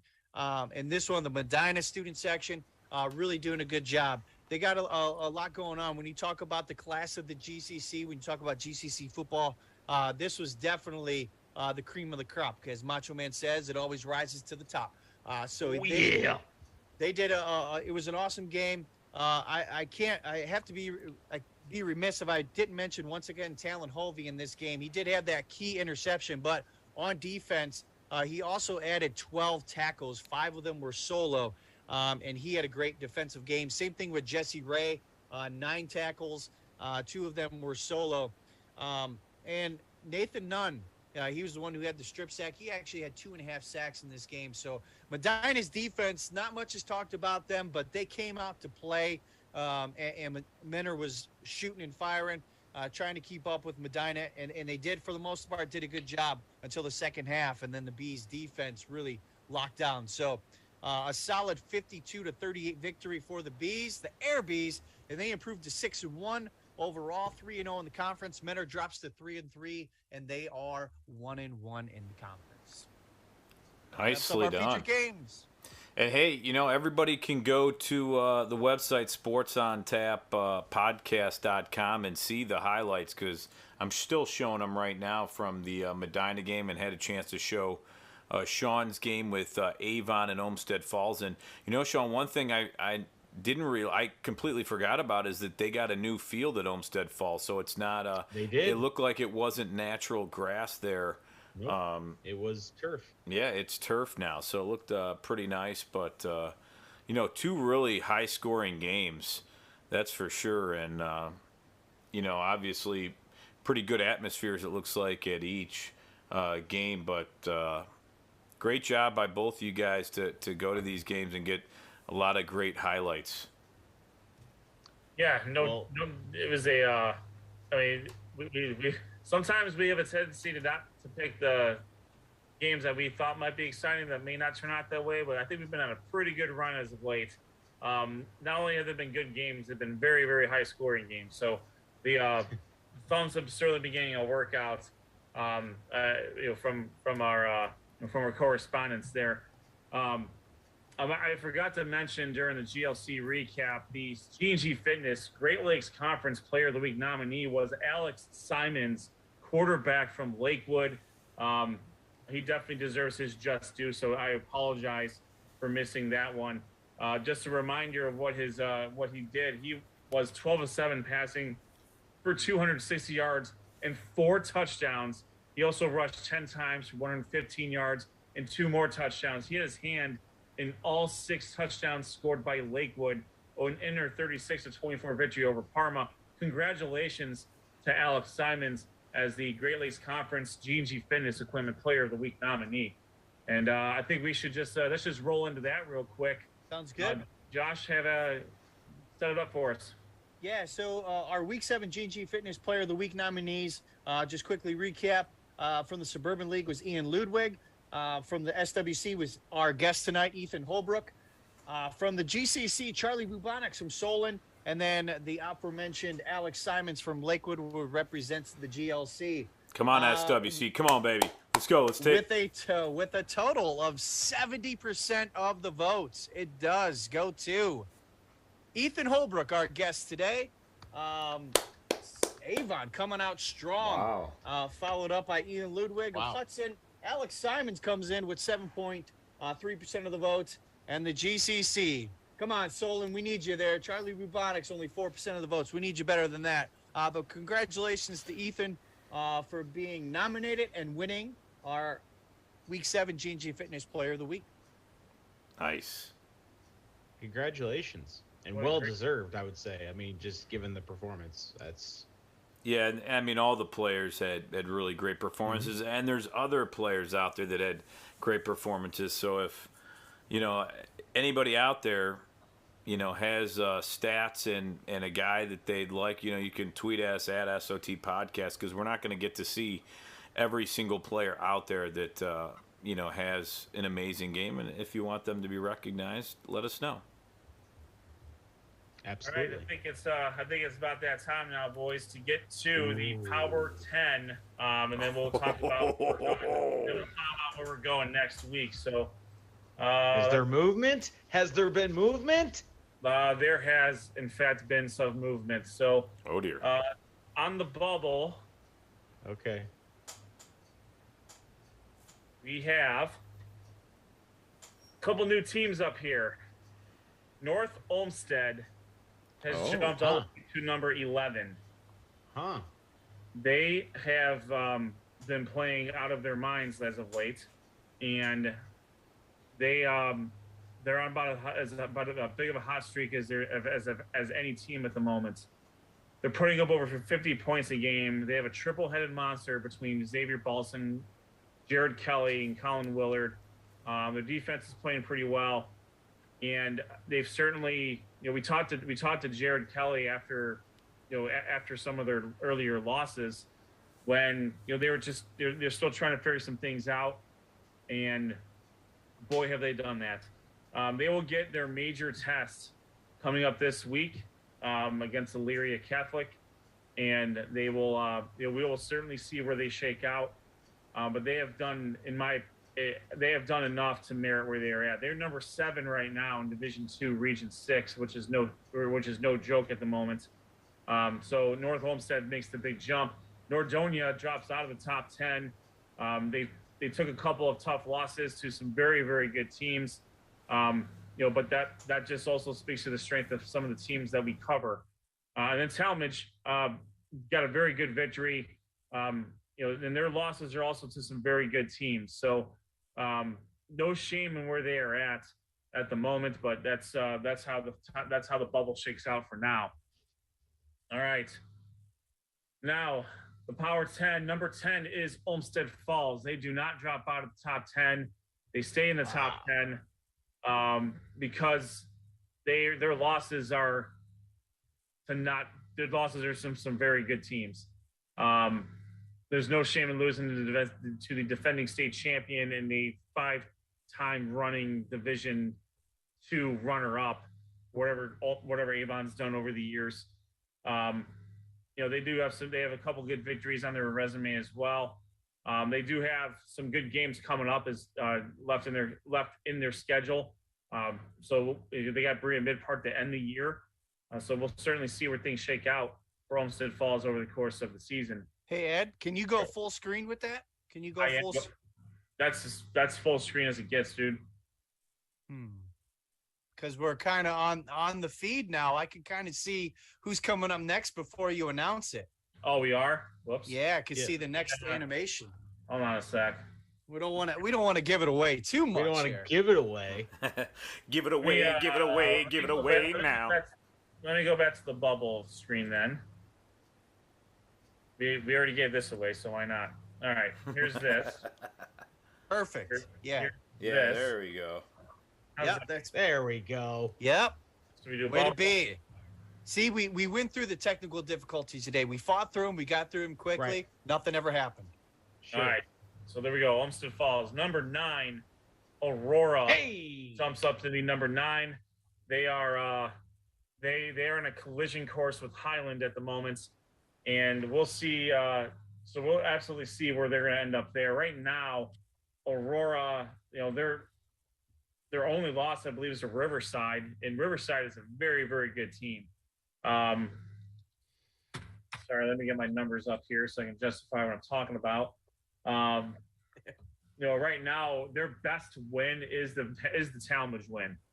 So there's certainly some rooms to move for Aurora here. They're going to take on a tough Barberton team that will give them another quality victory if they were to take them out. And then the monster of Highland lies in week 9.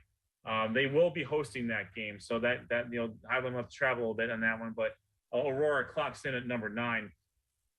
Number 8, the Wadsworth Grizzlies they move up to number 8.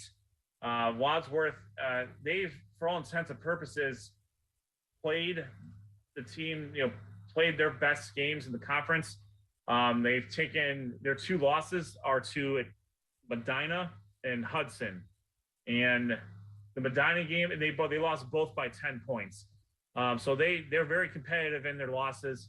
They have a very good game coming up in Austintown Fitch. They're independent. It's a non-conference. Austintown Fitch has an independent schedule. but they play some very good teams in their own right. So Wadsworth has a very good opportunity to collect a lot of computer points, potentially some more Power 10 clout with a good victory over the Falcons. And then they finish off with North Royalton and Twinsburg. Obviously you play the games, but things are looking pretty favorable as far as finishing out potentially with victories over the Bears and the Tigers. Number 7, the Buckeye Bucks are now number 7. They are just continuing on their season as is. Right now, their only loss is to North Olmsted. And North Olmsted right now is on quite a heater, as was mentioned earlier. Their best win is against Cloverleaf. I can tell you, I never thought I would say that this early. I never thought I would have said that. Cloverleaf has been very competitive over the last couple of years. Coach Voorhees for Cloverleaf really has them firing on all cylinders. They have run off 6 straight games, and Cloverleaf has a real good shot. They have 2 good games against Norton and Coventry in their conference. If they get some victories there, it wouldn't surprise me if they make a little bit more of a lead. They could jump Buckeye depending on what happens with Buckeye for the last couple of games. So Buckeye right now, they have Holy Name in their crosshairs after a game against Lakewood. And then you have the unknown GLC opponents. And it looks like it's going to be either North Olmsted or Elyria Catholic, provided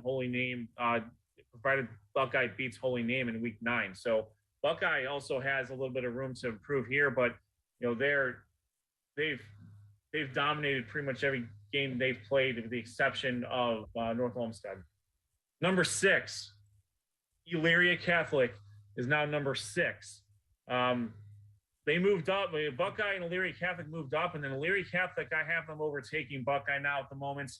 I think Buckeye was ahead of them maybe for a little bit. I honestly don't remember what it was, even though I do these things, but Elyria Catholic has they have more points, computer points than Buckeye does. Their only loss is to a 6-1 Perkins team, and that was in double overtime, stopped at the 1-yard line with their stud running back. They have victories. Their best victory right now is against Holy Name, but they have some opportunities again against North Olmsted, and then whoever comes out of the Eastern Conference, they could play Holy Name a second time, and that was a very competitive game. So they'll either get Buckeye or Holy Name, depending if they can get past North Olmsted this week. So that is our top. That is our 6 through 10. We'll stop there. See if there's any. See what kind of responses and reactions that we have.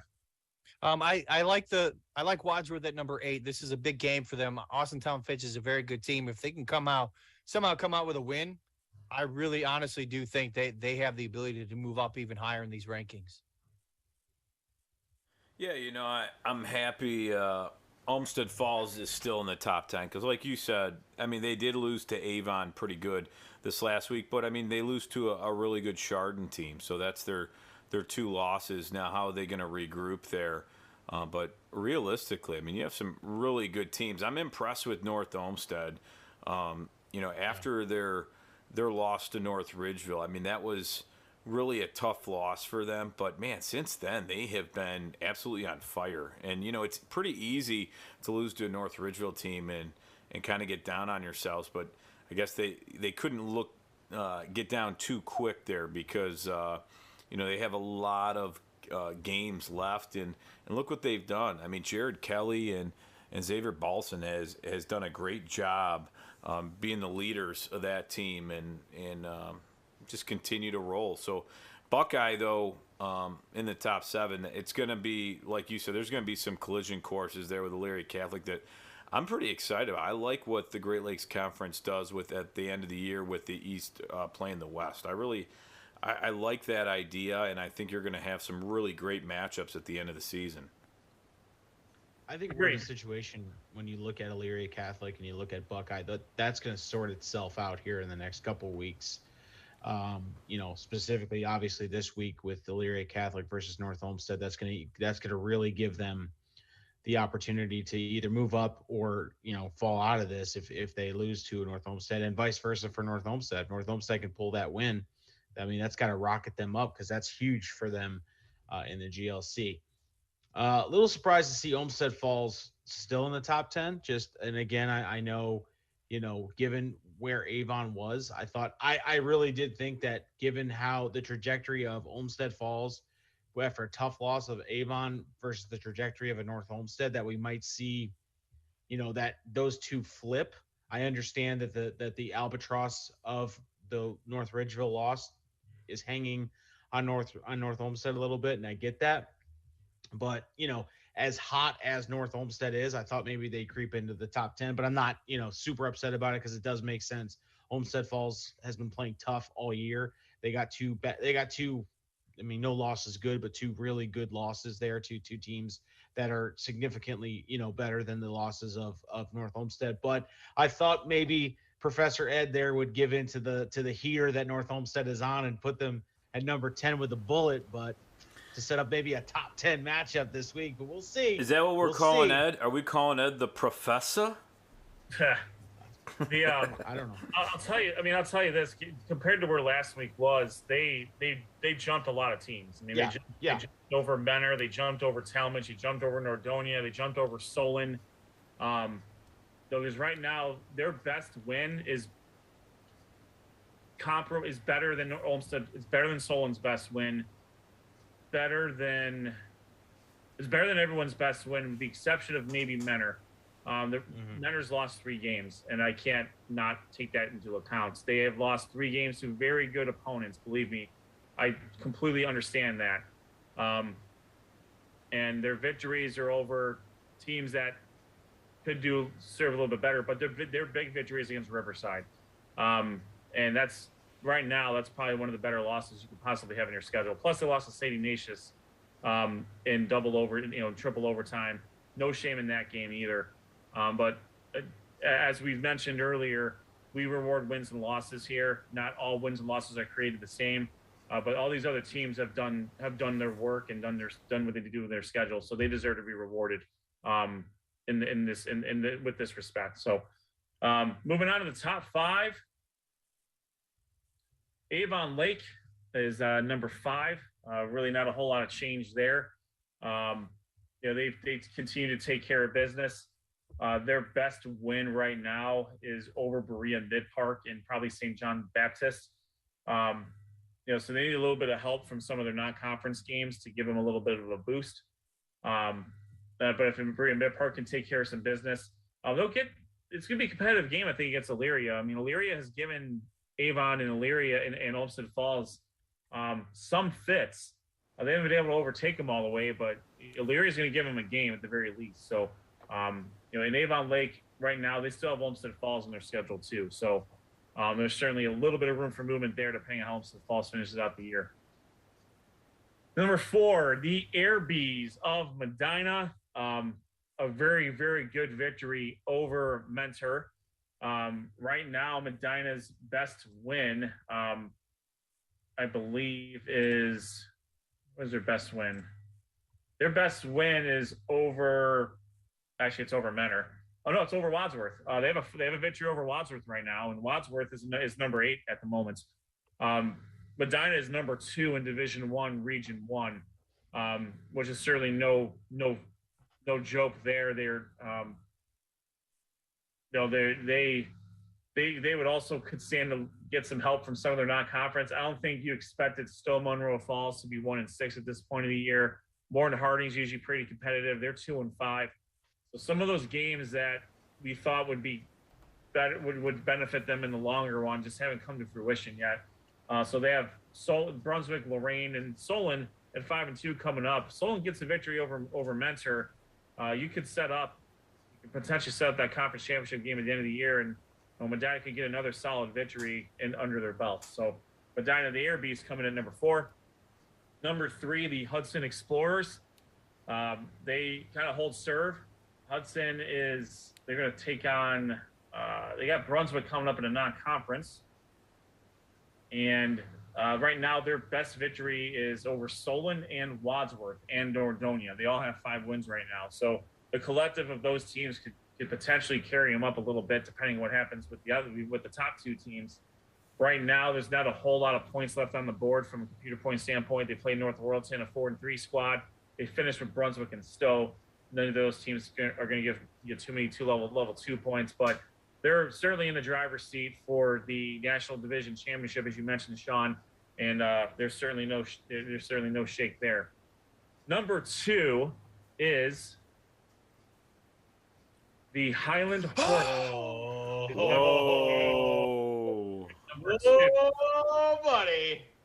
And that means the number 1 team is the Avon Eagles. Oh, man. Wow. Okay. I think you just upset the hornet's nest, my friend. Wow, you done kicked over the hornet's nest. Medina. Whoa, buddy. All right, well, here we go. So here's the believe me, this wasn't easy at all. Highland is playing historically great defense. They've only given up 33 points in 7 games. Their schedule has been pretty solid. Their best win right now is against Talmadge. Berea Mid Park is 4-3. North Royalton's 4-3. Barberton's 4-3. Berea Mid Park is probably going to get at least another win or two, maybe one, at least one more. If that I can probably tell. North Royalton, I think they have some tough sledding. Well, they got Hudson, Wadsworth, and Brecksville, so that could help them out a little bit. Aurora is the big one that's coming up for them. They could Cuyahoga Falls. They'll probably win that game. They'll probably beat Copley in week 10. So it's going to be the Aurora game. It's going to really hinge as to where they are going to end in the standings here. Avon, you just can't ignore what they have accomplished in their wins. They have wins over a 6-1 Medina, a 6-1 Avon Lake, and a 5-2 Olmsted Falls. Right now, their wins outweigh the wins of Highland. And their loss is to the number 1 team in Division 4, which is Glenville, which I think we all know is a Division 4 team only in name. If they were a Division 2 or Division 3 or even a Division 1 team, Glenville would give everybody fits there. So they could easily just be ranked as high in Division 1. So it's a slim margin that Avon is taking over Medina, but the strength of their victories is carrying them through at this point. Now, Ed, let me ask you this. Medina lost to Avon. If Medina beats Avon, are they the number 1 team? And Avon then would fall to maybe number 4? Or, if that would have changed a little bit, because, Avon had that huge, you're right, they had a huge win against Medina, and that's really Medina's only loss. So if Medina would have been undefeated and had that Avon win, would that have boosted them to number 1, or are you still looking at maybe Highland at number 1 and Avon and Medina at maybe a 2 and 3 or a 3 and 4? I would say Highland would be number 1 still. Oh, now trying to make it up to him. I get it. I mean, listen. In totality, Highland's victories would probably have been slightly better than Medina's, because that would have been. It would be close. It would be close. Now you're upsetting the bee's nest. I mean, you're going to have to hire an exterminator to get rid of all these flying, stinging insects away from you. Yeah, these are facts. But I guess, Ed, I'm looking at this, and the way I'm seeing it, 4 through 1, there's a razor thin margin here. There's not a lot of clear cut. I mean, you could conceivably make a case 4 through 1 who could be number 1 every week. I would agree with you when you break down just the resume. Let's look at the resume. Avon's best games are behind them, so to speak. I mean, they have a Berea Mid Park game coming up, but let's be realistic here. They took care of business against Olmsted Falls last week. They took care of business against Avon Lake, and they ended up they eked one out against Medina. So I'm not saying that Midview and Amherst aren't quality opponents, but let's be honest, Avon's made hay while they could. And that's something that we can, all just, I think we can all agree on. However, I will say this. When you look at a team like Highland, it's just they're playing defense at such a great clip right now. The Berea Mid-Park score, I think, is the outlier there, but I would chalk that up to just, accelerated week one, accelerated preseason, but since then they've been locked down. And again, their opponents aren't great. There are some bad, but I'm just saying, like, again, razor thin, but I would give it to the team that hasn't lost yet. I know Avon, what Avon is, but I mean, Highland can't help their schedule. They're taking care of business, and they're passing the ever-present eye test every week. And that's something that is tough to ignore, but I get where you're coming from. That's a big win that Avon had against Homestead Falls, and with Medina already done, and with Avon Lake already done. I get that. But my question to you, Ed, is if, let's say everybody holds serve, right? Let's say Avon wins out. Let's say Hudson wins out. Let's say Medina wins out. Let's say, Highland wins out. Can you really make that case that Avon's the best team come week 10? You know what I'm saying? Because of the fact that now Highland will have that Aurora win. Hudson will have, at that point, had taken care of the national divisions, essentially, plus got that non-conference win against a Region 1 team. I mean, say what you will about Brunswick. They're still a Region 1 team. You got to go in there and take care of business. Is this a 1 week, tip of the cap to an Avon team? But if everyone holds serve, they're going to end up being in that 2, maybe 3 towards the end of the year. I would say right now, Hudson probably, at the very least, they would be 3. And I mean, I think you still They probably won't drop if they win out. I understand what Sean's saying about schedule, but at the same time, you still do have to consider who you play. I mean, you can't be undefeated, and your best win is against a 3-4 team. I mean, you can't help it, but at the same time. But I'm not making that case, though. I'm not saying that. What I'm saying is that by that logic, then technically Menor should be in the top 10 because they play tougher schedule. I mean, tougher teams. You know what I'm saying? Like, you got to play the schedules in front of you. Avon still has to go and play Midview. They still got to go and play Amherst. They still got to go and play Berea Mid-Park this week. But Amherst and Berea Mid-Park Amherst and Midview have 3 wins between them.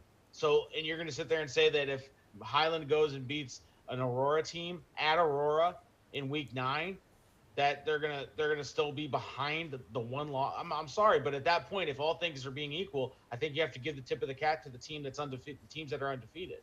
I mean, you have to take care of business when you can take care of business.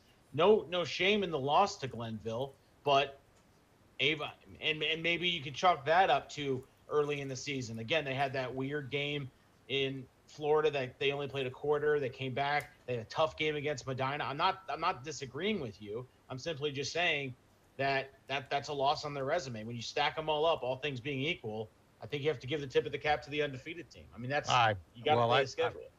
I think you just have to tune in 2 weeks to see where. That's a good point. I like where your head's at. Where they stand. Sean, you're going into a lot of hypotheticals here. That's true. With, there's a lot that could happen.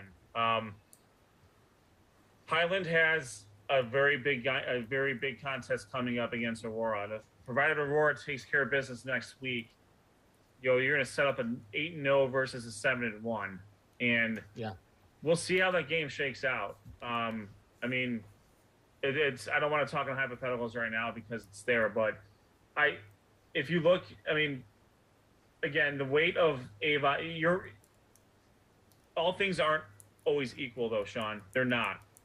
The wins of Avon are better than the wins for Highland, and they have 1 less win than Highland, yet they have more points in the standings here. So, everything gets taken into account here. Wins and losses and computer points and head-to-head are probably the biggest factors. if those teams go on a field together, which they are very, very likely to do in the playoffs, we'll obviously see how it shakes out there. But 1 through 4, and you can probably even throw Avon Lake in there. Those teams could play each other 10 times. It wouldn't surprise me if they were 5-5. That is how razor thin I think the margins are here. I want to see what Highland, Highland proved themselves against Talmadge very efficiently, and Talmadge has taken no prisoners, really since that loss. Some of the teams that Highland defeated just aren't helping them out as much. Brunswick is probably one of them. North Royalton has been okay. You can't dispute what Avon beating Medina and Avon beating Avon Lake and then beating Olmsted Falls. Those 3 victories, those are teams that have spent a lot of time here in the top 10s, whereas Highland's only top 10 victory is over Talmadge, and Talmadge isn't there right now. So it's close, Sean, to your point. But right now, as you said, Avon's best wins are behind them. They have some games coming up against some teams that aren't going to get them as many points as Highland has left on the board, specifically with that Aurora game. And I'm not saying it's going to come strictly down to the points, but it's going to be close. And who knows what'll shake out. Highland has a very good. Highland can get back up to number 1. That's if that's what you're asking. The answer is yes, they can. That was a very long-winded answer for yes, they can. But thank you. I guess we'll just have to tune in next week. I'm trying to be transparent about what the secret sauce here is. I'm not, that's fine. You look at some of these other ranking systems, a lot of it is probably just based on, and there's no fault. I mean, everyone does things a little bit differently, but I'm explaining exactly what I'm looking at here. And I agree. And it's very difficult because the competition is it's not a level playing field. So you have, essentially it's all hypothetical, because if all these teams had common opponents, how would it be? And you have to kind of put that in consideration. But you took on this challenge this year. This is probably the most difficult week that you've had thus far, but I like to see all the changes, and it's going to be even better as we keep going. So nice job on the Power 10 this week.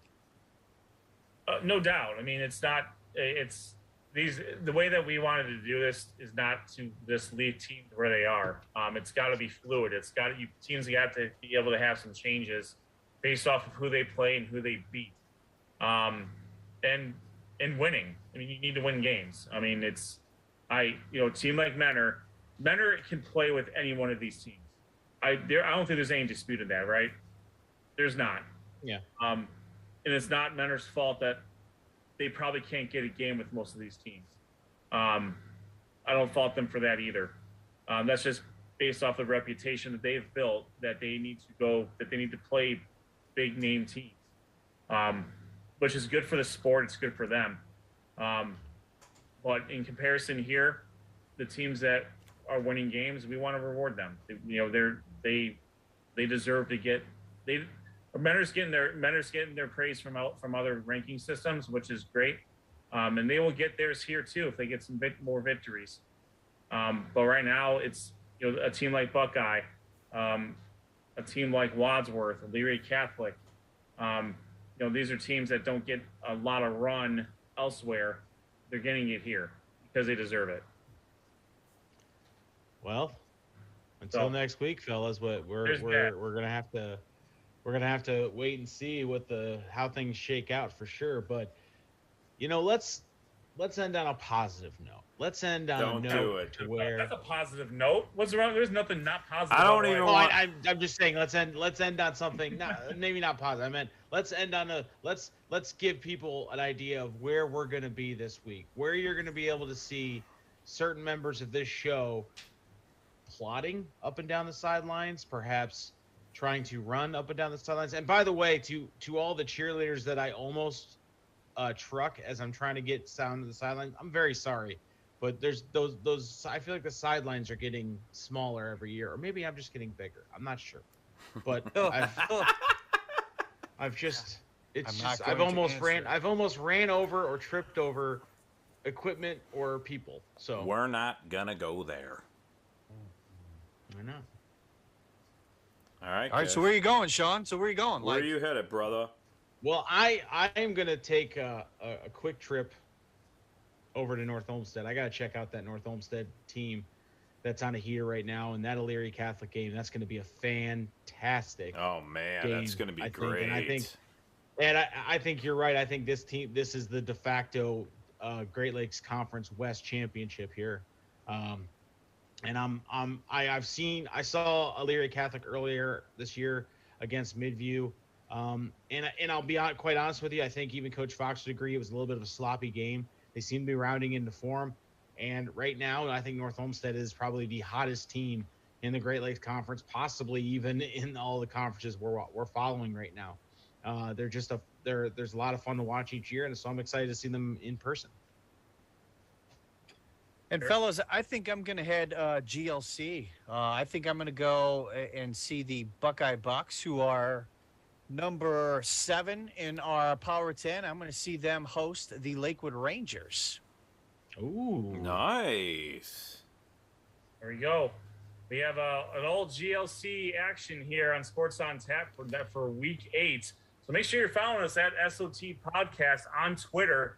You're going to get all the live updates of both of those games. You're going to see a potential 3 out of those 4 teams have a really good shot of playing in the Great Lakes Championship game in week 10. So you guys are going to get a real good preview of what those teams are in live in the moment through Sports on Tap.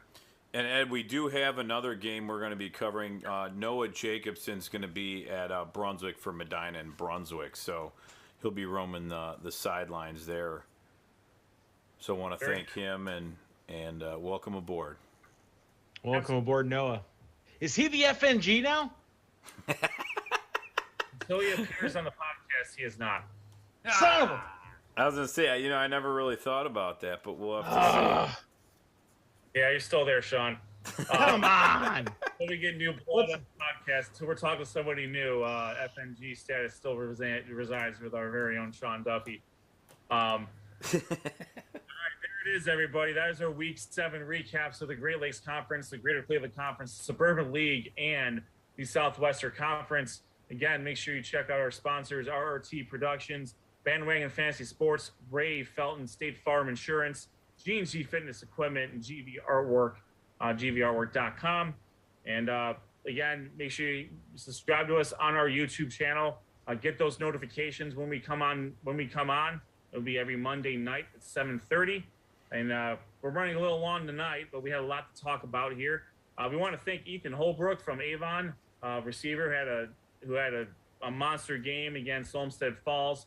Yeah, I saw some of those catches that Sean was able to get, and they were just phenomenal. So we thank him for joining us on the show as well.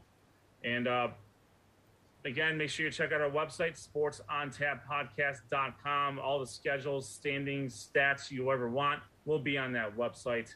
And make sure if you have anything you want to talk to us about, go to email us at sportsontappodcast@gmail.com.